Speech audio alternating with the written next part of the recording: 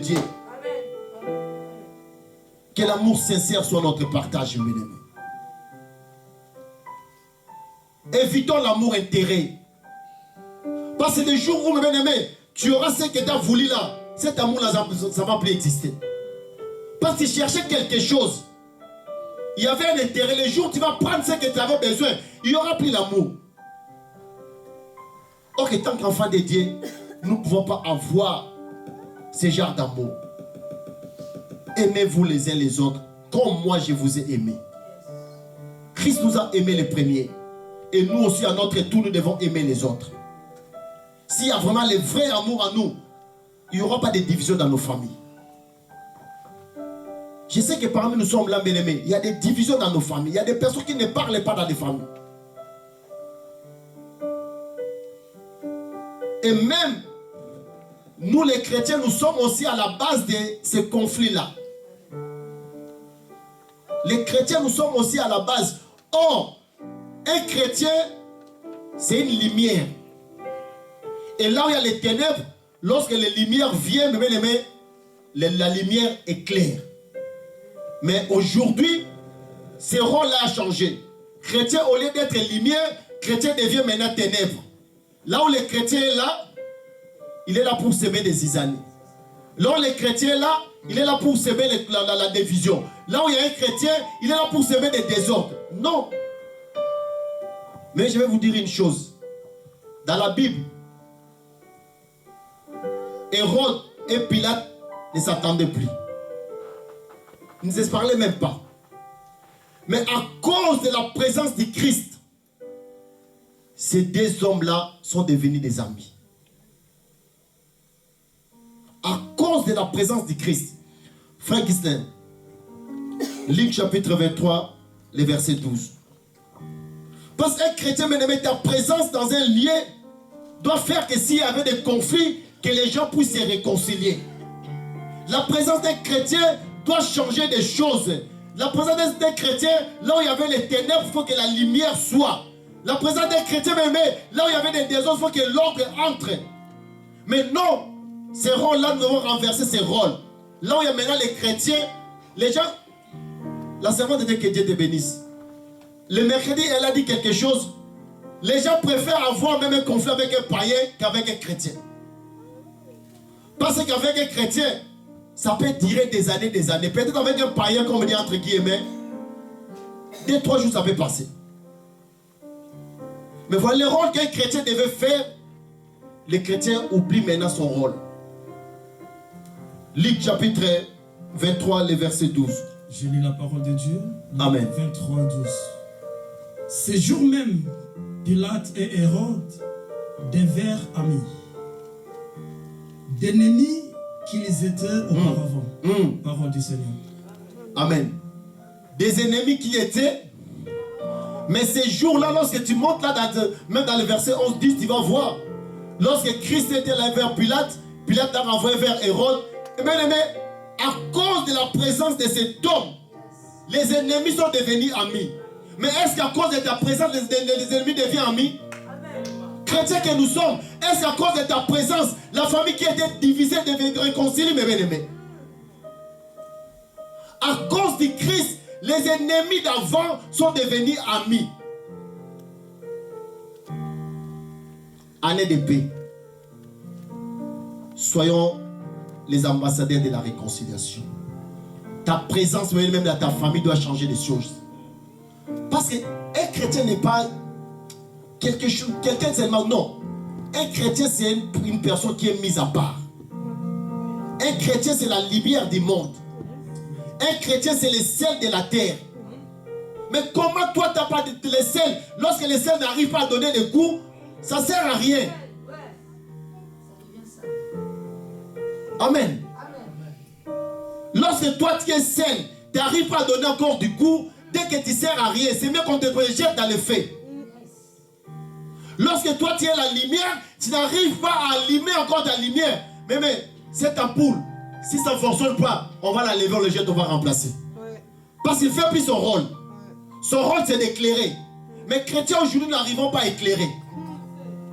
Nous n'arrivons pas à éclairer, nous n'arrivons pas à éclairer. Les ennemis d'avant sont devenus des amis à cause du Christ.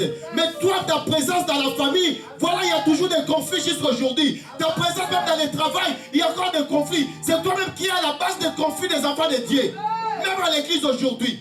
Il y a des départements qui ne s'attendent pas parce qu'il y a un homme de Dieu, il y a un chrétien, une chrétienne qui est là à la base. Lorsqu'il voit l'autre, il commence à critiquer. Lorsqu'il voit l'autre, il commence à critiquer. Lui, il est au milieu, voilà, il met des zizanies même à l'église. Mais, dès que tu demeureras dans cette situation, Dieu ne changera pas ta position. Dès que tu demeures dans cette position, Dieu ne changera jamais ta situation. Amen. Tu vas commencer à prier, tu vas même fléchir des genoux. Du matin jusqu'au soir, ta situation ne changera pas. Amen. Tu dois changer ta position d'abord premièrement. Sois la lumière du monde. Si tu veux vivre la paix, mes bien-aimés, sois la lumière du monde. Sois les sels de la terre. Commence à donner du coup. Lorsque tu es là, mes bien-aimés, que les gens sachent qu'il y a la présence d'un enfant de Dieu. Lorsque tu es là et que les gens sachent que non, il y a la présence de Dieu. Chrétiens, nous devons éclairer. Nous devons éclairer, mes bien-aimés. Soyons les artisans de paix. Soyons les artisans de réconciliation. Commençons d'abord à Jérusalem dans ta propre famille. C'est moi que ça soit vraiment un mois de la réconciliation. Je ne sais pas pourquoi j'insiste sur la réconciliation. Dans nos familles, mais nous devons chercher à réconcilier les autres qui sont en conflit. C'est ton rôle, mes bien-aimés, c'est ton rôle. Pilate et Hérode, les ennemis. Mais à cause de Jésus, ils ont devenu amis. Nous connaissons l'histoire des Samaritains et les Juifs. Ils ne se parlaient pas. Amen. Même cette femme-là dit à Jésus, mais tu sais bien, nous et vous, on ne se parle pas. Yes. Mais lorsque cet homme s'est présenté, maintenant il y avait les Samaritains qui commençaient à parler. Amen. Amen, Église. Amen. Mais quel est ton rôle? Chrétien que tu es, quel est ton rôle? Es-tu là pour réconcilier les gens ou tu es là pour diviser? Amen, Église. Soyons les ambassadeurs de la réconciliation. Ils ont donné aux autres comme les pasteurs, comme les prophètes. Mais le ministère de la réconciliation, c'est pour toute l'Église. Ce n'est pas pour catégorie de personnes, non. C'est pour toute l'Église. Nous devons être les artisans de la réconciliation. Si tu veux vivre en paix, mes bien-aimés, tu dois faire la réconciliation. Réconcilier avec ton Dieu. Réconcilier avec ton semblable. Toi, tu dis tu aimes Dieu qui ne voit, que tu ne vois pas, mais tu n'aimes pas ta personne, ton semblable que toi tu vois. Amen, Église. Amen. Qui a déjà vu Dieu ici? Qui a déjà vu Dieu ici? Personne n'a vu Dieu ici. Amen. Amen. Mais nous aimons Dieu. Yes. Mais comment maintenant la personne que moi je vois, frère Kennedy, je le vois comme ça, mais je ne l'aime pas. C'est contradictoire, mes bien-aimés. C'est contradictoire. Mais c'est ce que nous vivrons dans ce monde, et surtout des chrétiens. Et surtout des chrétiens. Soyons les artisans de la réconciliation. Mais bien aimé, la réconciliation incite aussi l'unité. Amen. Lorsqu'on se réconcilie, vous allez voir, nous serons maintenant unis. Et Dieu agit là où il y a l'unité. Je vais vous donner un exemple. Je connais une famille bien-aimée. Ils étaient vraiment soudés en Afrique. Et chacun, bien-aimé, ses affaires marchaient. Et ils ont venu ici en Europe. Lorsqu'ils étaient unis, bien-aimés, ils achetaient des parcelles. Ils faisaient des affaires. Mais lorsqu'il y a eu des conflits entre eux, ils se sont divisés. Jusqu'à aujourd'hui, personne n'arrive même à construire. Dieu ne peut pas agir là où il y a la division.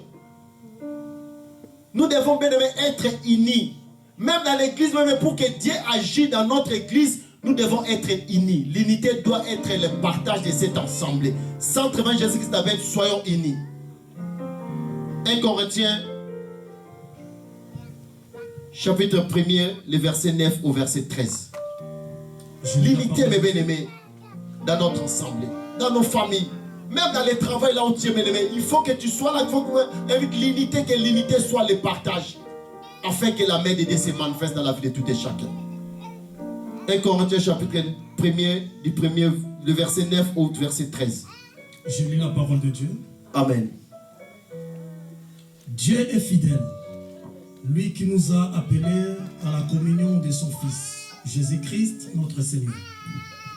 Je vous exhorte, frères, par le nom de notre Seigneur Jésus-Christ, à tenir tous un même langage et à ne point avoir de division parmi vous, mais à être parfaitement unis dans un même esprit et dans un même sentiment. Car, mes frères, j'ai appris à votre sujet par les gens de Chloé qu'il y a des disputes au milieu de vous. Je vais dire que chacun de vous parle ainsi. Moi, je suis de Paul, et moi d'Apollos, et moi de Cépha, et moi de Christ. Christ est-il divisé? Paul a-t-il été crucifié pour vous? Ou c'est au nom de Paul que vous avez été baptisés? Parole du Seigneur. Amen. Parole du Seigneur. L'unité dans notre assemblée. L'unité dans notre assemblée. Lorsque nous serons unis, mes bien-aimés, Dieu va faire des grandes choses dans cette assemblée. Lorsque nos familles seront unies, mes bien-aimés, nous allons voir la gloire de Dieu. Mais lorsque vous êtes unis dans un même esprit, vous priez pour une citation, Dieu agit. Mais tellement il y a des divisions, tellement il y a des séparations, tellement il y a des conflits, raison pour laquelle il n'y a rien qui ne marche dans nos familles, même dans nos couples aujourd'hui. Même dans nos couples aujourd'hui, les couples aujourd'hui sont malades. Parce qu'il n'y a pas l'unité. Les couples sont là uniquement pour que les gens voient qu'ils sont en couple, mais en réalité, ils ne sont plus en couple. Ils ne sont plus en couple. Parce qu'il n'y a pas l'unité, nous ne marchons pas dans un même esprit. Nous ne marchons pas dans un même esprit. Mais bien aimé, que l'unité soit notre partage. Que l'unité soit notre partage. On peut demander même au couple aujourd'hui, quel est ce mari là ou sa femme, ils ont déjà pris peut-être le temps de prier ensemble. Mais nous sommes des chrétiens. Mais comment nous allons attendre que Dieu puisse agir dans nos vies, dans nos familles? Avec ce genre de comportement, avec ces citations. Déjà, chacun passe de sa manière, l'autre aussi passe de sa manière. Donc, il y a tellement de désordre même au niveau de nos couples aujourd'hui. Et nous entendons la main de Dieu. Non. Et voilà, maintenant, les retombées, maintenant, ce sont les enfants. Amen. Les retombées de tout ça sont nos enfants aujourd'hui. Femmes, maris, soyons unis. Pour l'amour de Christ, soyons unis. Ça ne sert à rien de division. Ça ne sert à rien de querelle, mes bien-aimés. Les enfants que Dieu vous a donnés, un jour, Dieu va vous demander de rendre compte pour ces enfants-là. À cause de vos conflits, à cause de vos divisions. Regarde aujourd'hui les enfants, l'éducation des enfants. Amen, Église. Sache-le, un jour, vous allez rendre compte à notre Dieu. Or, si un couple est réellement uni, je pense, j'ai des doutes vraiment même à 100%, que même les enfants vont dérouter, l'éducation va changer. Mais aujourd'hui, comme il y a la division même au sein de nos couples, papa passe de sa façon, maman passe de sa façon, Et les enfants qui ont déjà grandi ont compris ces choses-là. Il va aller, il va demander la permission à papa. Papa va accorder. Il sait que normalement avec cette citation, si je pars chez maman, ça ne va pas passer, il faut que je parte chez papa. Papa autorise. Maman ne sait pas que papa a autorisé. Et vice-versa. Et aujourd'hui, regarde les enfants où sont aujourd'hui. Où sont nos enfants aujourd'hui, même par rapport à leur éducation. Et tout ça, c'est à cause de nous les parents. Parce qu'il n'y a pas l'unité en nous. Il n'y a pas l'unité, il n'y a pas l'unité. Et les enfants, tant qu'ils sont sur parler, lorsqu'ils ont compris cette chose, ils vont commencer maintenant à jouer avec nous. Cette citation, je sais qu'avec papa ça va passer, avec maman ça passe pas, je dois aller chez papa. Mais or, si les enfants sachent que non, nous sommes unis, que ce que papa est en train de dire, c'est la même chose que maman va dire. Mais les enfants ne vont pas jouer. Les enfants ne vont pas jouer. Même maman n'est pas là. Ils sachent que non, ce que papa dit, lorsque je vais demander à maman, c'est la même chose qu'elle va dire. Ça ne sert à rien, je laisse. Mais tant qu'il sait qu'il y a tout le temps des indifférences parmi vous les parents, les enfants vont commencer à jouer avec vous. Mais sachez-le, un jour, Dieu va vous demander de vous rendre compte des enfants qui vous ont donné ici sur cette terre. Amen, Église. Amen. Les couples, soyons unis. Soyons unis, soyons unis. Soyons unis, soyons unis. Ce n'est pas pour vous, mais pour même la vie, l'éducation des enfants que l'Éternel vous a donné. Même pour l'éducation des enfants, les enfants que l'Éternel vous a donné.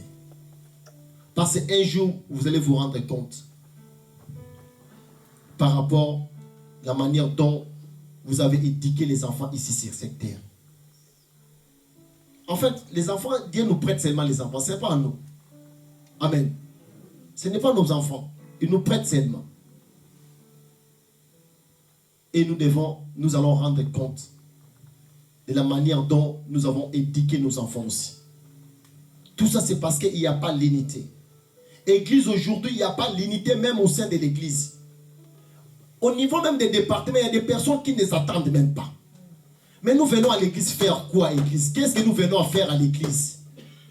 Si déjà au niveau des départements, il y a des divisions, il n'y a pas l'unité. Mais comment vous allez attendre que Dieu puisse agir dans notre assemblée? Dieu ne peut pas agir. Dieu agit là où il y a l'unité. Mais même les jours où nous serons unis dans un seul esprit, vous allez voir, l'église là est petite. Mais comme chacun passe de sa façon, même les serviteurs, ils veulent travailler, lorsqu'ils veulent travailler, ils viennent. Si ces jours-là, sa tempérance est bonne, ils viennent travailler. Si ce n'est pas bon, je reste à la maison. Les serviteurs viennent à l'heure qu'ils veulent. L'équipe commence à 10h, à 10h30, les serviteurs se présentent. Pas seulement, même les chrétiens, à 10h30 se présentent. Mais alors, si l'Éternel disait, moi je vais bénir cette église à 9h, ou à 10h juste, qui seront bénis? Si l'Éternel, dans sa divinité, dit, Centre Jésus-Christ appelle, tous les dimanches à 10h, je verse une bénédiction, moi je pars. Qui seront bénis? Même pas 10 personnes. Raison pour laquelle nous allons marcher des églises en église. Non, là il n'y a pas la présence de Dieu. Là il n'y a pas. Raison, je te dis, à l'introduction, change ta position. C'est très capital. Change ta manière de voir des choses et Dieu va changer ta situation. Amen. Change ta position, église. Mais bien aimé, change ta position et Dieu va changer ta situation. Il y a d'autres choses. Tu n'es pas obligé de rester inerte dans la prière. Non. Tu n'es pas obligé de rester inerte dans la prière. Non.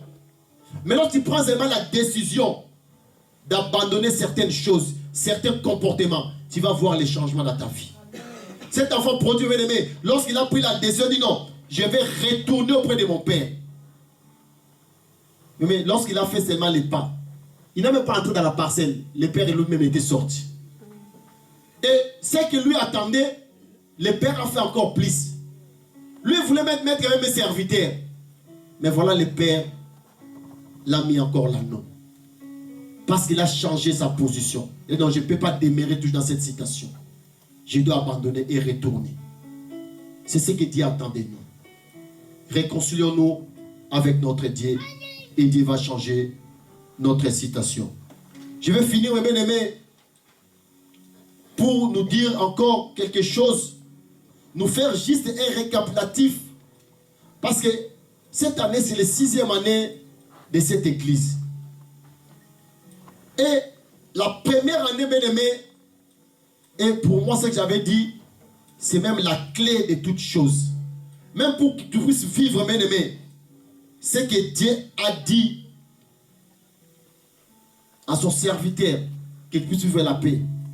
Si tu mets cette parole en pratique, mais tu vas voir la gloire de Dieu cette année. Première de Dieu nous a dit sur ce thème de le renouvellement de l'intelligence. Dans le livre de Romains chapitre 12 du 1er au 2e verset. Nous connaissons cette histoire. Nous devons offrir notre corps comme une offrande vivante et agréable à notre Dieu. Amen, Église. Est-ce que ton corps t'a déjà offert ton corps comme une offrande vivante et agréable à ton Dieu? Parce que c'est ça la clé de toutes choses. Et j'ai dit aux jeunes, ne vous confondez pas au siècle présent, à la nouvelle technologie, à l'éternel. Non. Mais vous devez renouveler votre intelligence en Dieu. Offrir votre corps comme une offrande vivante et agréable à Dieu. C'est ça la clé de toutes choses. Que lorsque les gens te voient maintenant, non, ça c'est Christ. Comme l'apôtre Paul dit, ce n'est plus moi qui vis, mais c'est le Christ qui vit en moi. Est-ce que lorsque tu es en classe, même en lieu de travail, les gens voient Christ en toi? Est-ce qu'il reflète l'image de Christ? Chrétien, est-ce que tu reflètes l'image de Christ? Le renouvellement de l'intelligence. Nous devons offrir nos corps comme une offrande vivante et agréable à l'Éternel. Ça sera pour nous un bon culte. Et lorsque, mes amis, nous mettons cela en pratique, cette année, ça sera vraiment année de paix pour nous. Et la gloire de la seconde maison, nous allons vivre cette gloire-là. Amen. Mais mes amis, la gloire de la seconde maison, juste une parenthèse, comme a dit notre papa le premier jour, c'est la nouvelle alliance et l'ancienne alliance. Amen. Je vais dire à l'église, dans l'ancienne alliance, Dieu venait seulement visiter son peuple. Amen. Dieu venait seulement. Comme tu as dit à Genèse, le soir il vient vers Adam et Ève. Et même avec Moïse, il dit à Moïse, d'Exode 19, rassemblez le peuple. Dis-leur, le 3e jour, l'Éternel viendra. Amen. Amen, Église. L'Éternel viendra. Mais dans la nouvelle génération, la nouvelle alliance, l'Éternel ne vient pas, mais il habite en nous. Amen. Amen. Il ne vient pas, mais il est en nous. Amen. La gloire de la seconde maison. À l'ancienne alliance, il venait seulement rendre visite, rassembler les peuples, qu'ils soient prêts, qu'ils lavent leurs vêtements, parce que je venais le 3e jour. Mais dans la nouvelle alliance, il est en nous. Toujours dans l'ancienne alliance, qu'est-ce qu'il a dit à Moïse? Personne ne peut me voir et vivre. Amen. Dieu dit à Moïse, personne ne peut me voir et vivre.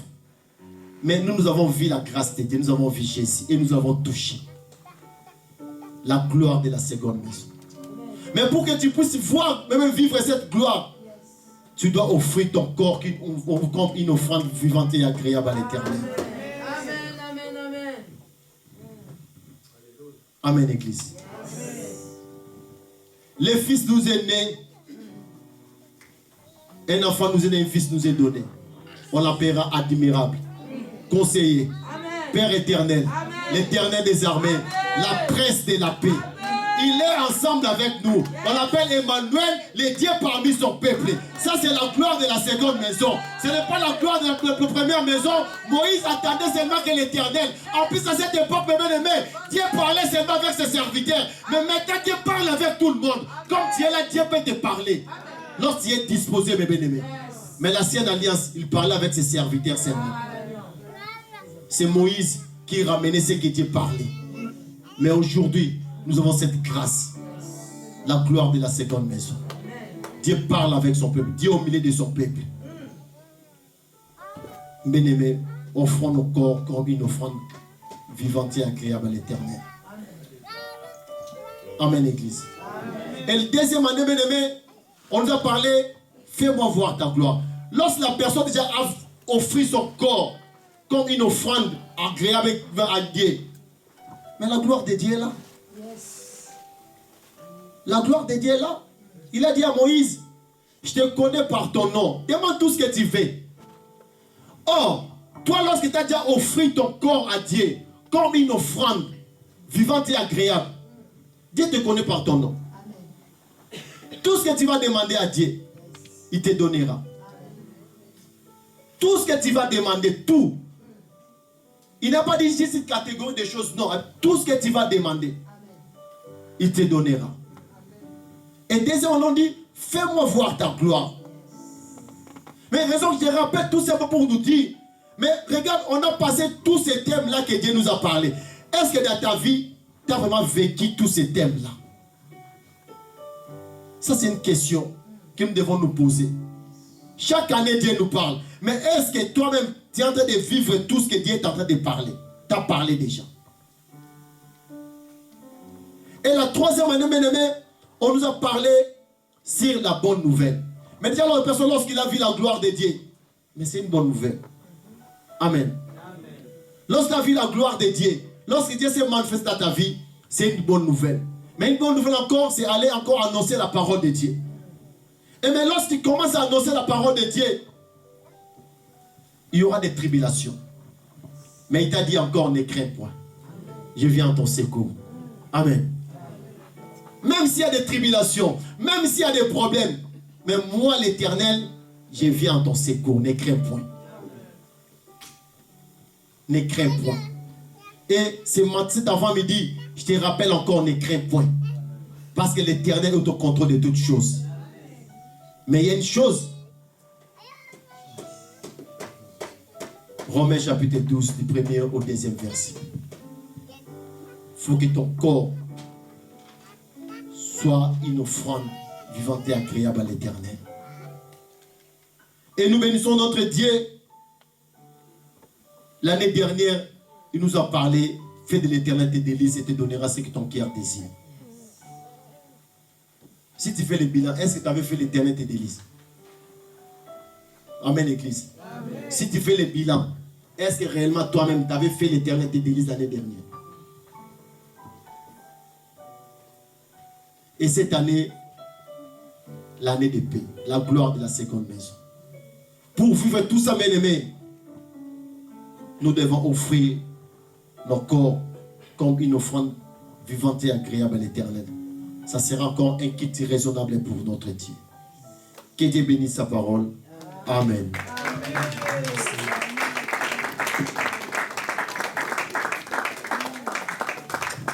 Gloire à Dieu.